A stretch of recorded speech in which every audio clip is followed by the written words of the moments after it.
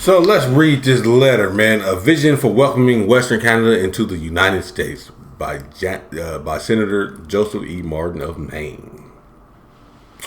The strength of the United States lies in its fidelity to the Constitution, its emphasis on national sovereignty, and its roots in Western civilization, Christianity, and personal responsibility. These principles are not negotiable. Well, you just told a big heap of Your first sentence, man, was full of straight SHIT. Yo, what's up, guys? Hope everyone's doing well. Listen, I don't want to waste too much time.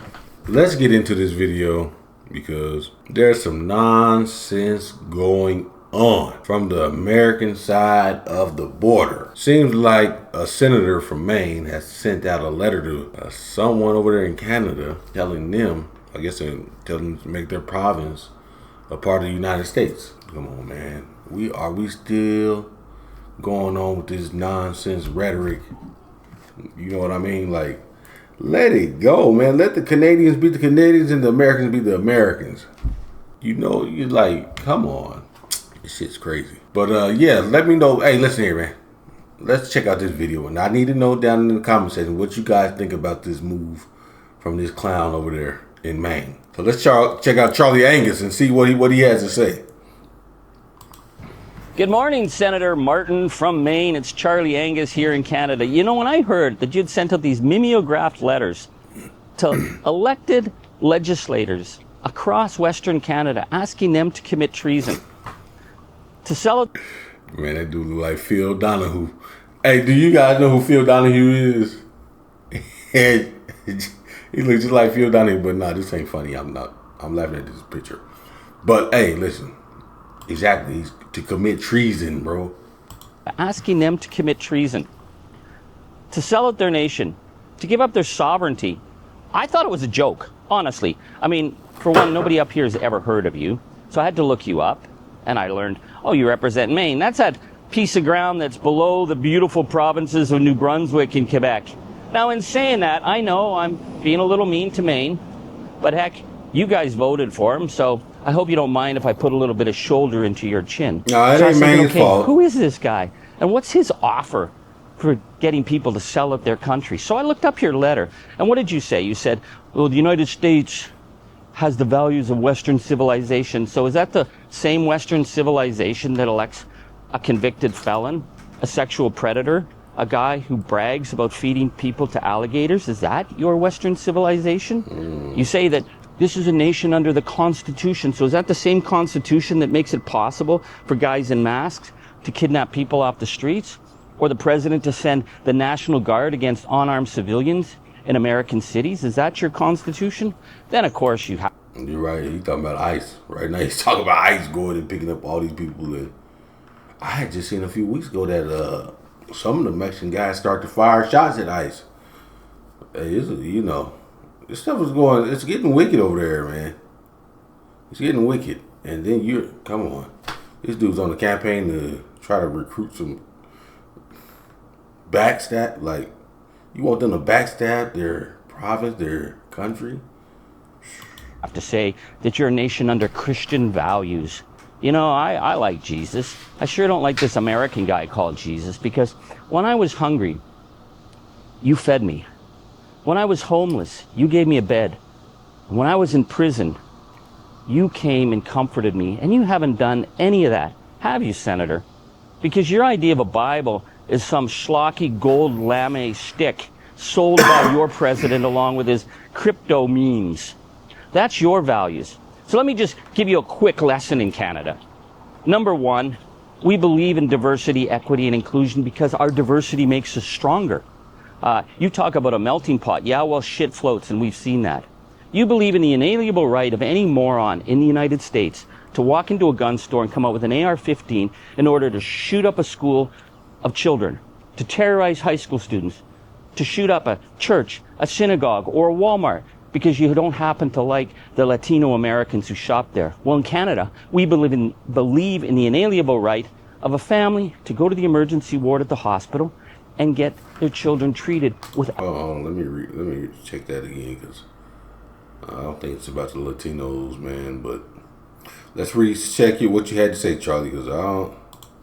Inclusion, because our diversity makes us stronger. You talk about a melting pot. Yeah, well, shit floats, and we've seen that. You believe in the inalienable right of any moron in the United States to walk into a gun store and come out with an AR-15 in order to shoot up a school of children, to terrorize high school students, to shoot up a church, a synagogue, or a Walmart, because you don't happen to like the Latino Americans who shop there. Well, in Canada, we believe. That's right. Not only they, certain cases is Latino. You got certain cases when they shot up the church because the dude didn't like black people.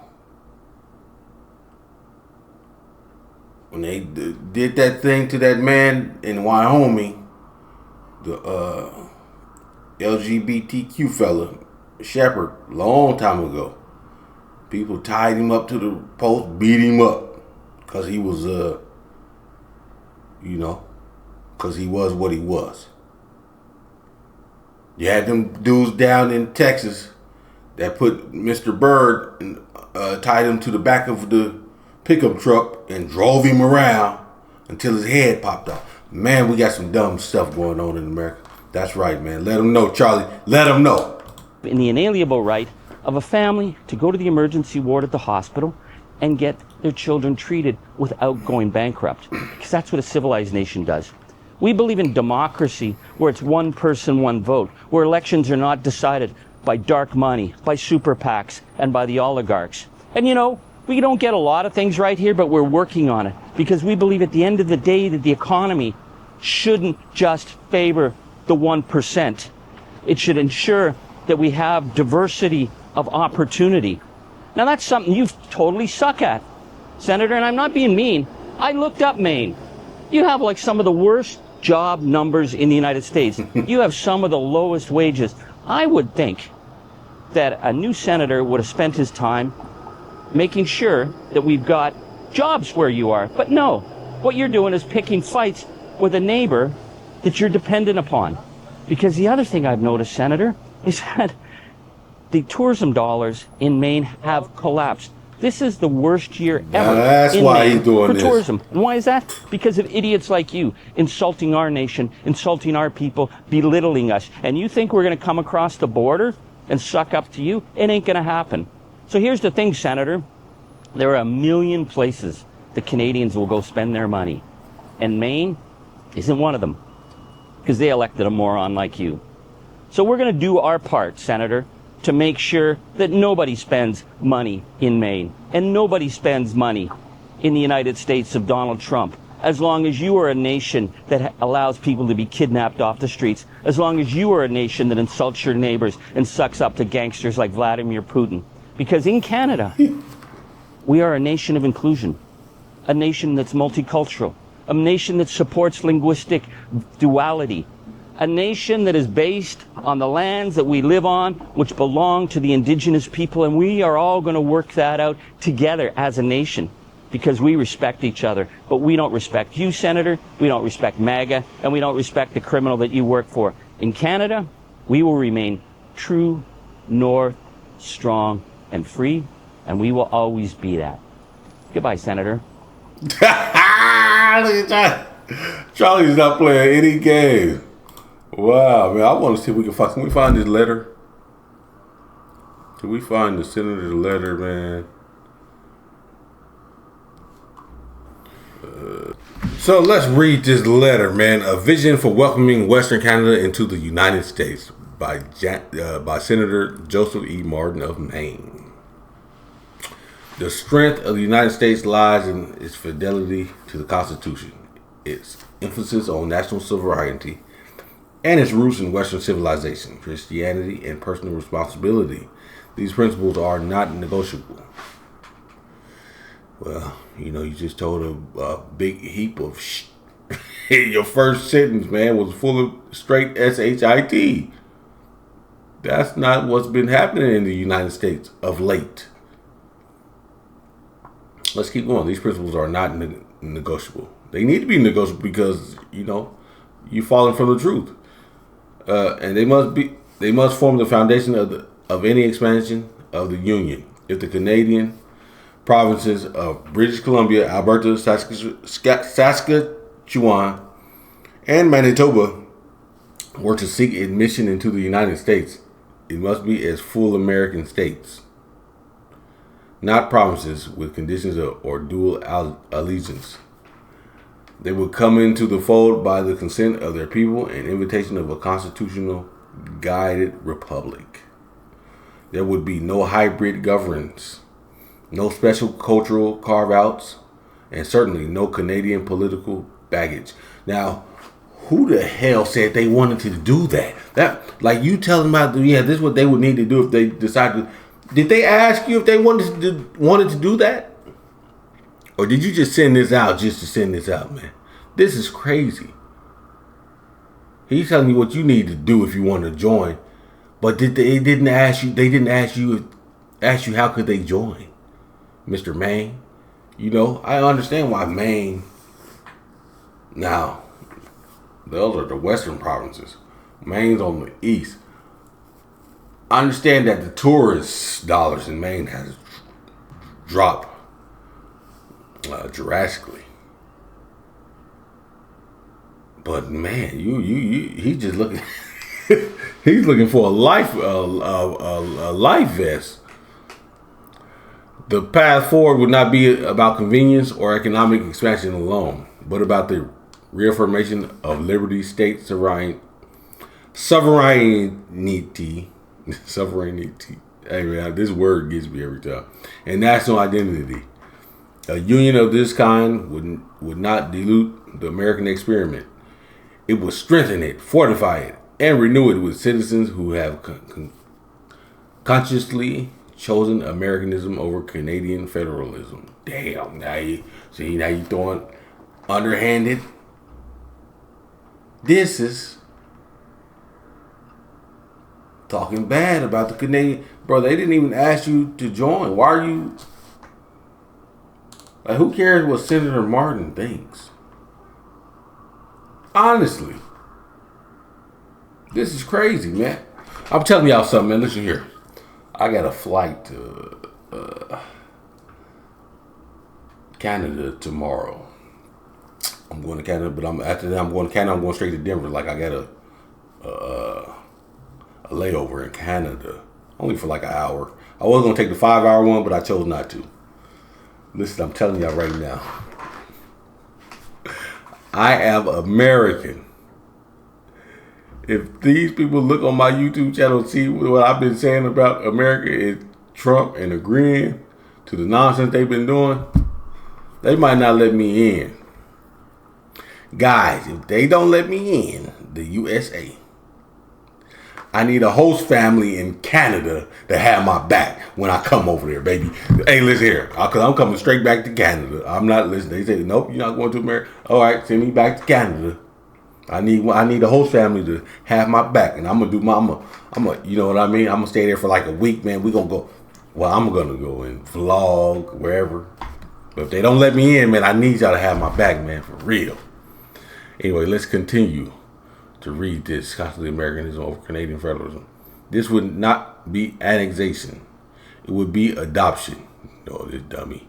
Welcoming home kindred spirits who were born under a different flag, but who desire to live under our Constitution and accept our responsibilities, customs, and traditions. The Constitution, terms of union, not suggestions. Any admission of new states must be governed strictly by the U.S. Constitution. Article 4, Section 3, grants Congress the authority to admit new states into the Union. Precedents such as the admission of Texas, Hawaii, and even parts of Mexico under the 1845-1848 expansionary period show that voluntary union is both legal and historically grounded. However, this must occur under the same rules that apply to all the other states. There can be no special terms, no exemptions from federal law, and no preservation of previous political systems. Man, shut the hell up. No, bro, I don't even want to read anymore because this is just a comedy. This is just comedy. It's comical. The prospective states will need to dismantle their provincial governments as they are currently constructed. abandon Canadian legal codes, and adopt American jurisprudence in full. The supremacy of the U.S. Constitution would be total. Provincial laws on gun control, speech restrictions, crown lands, or religious education that conflict with American norms will be nullified. Bro, they're doing just fine how they are. They don't need to become American, man. The American way is not the way, bro. Let's just keep it real. What emerges in their place would be genuine American states, governed by legislatures and executives elected by their own people with no foreign oversight or entanglements.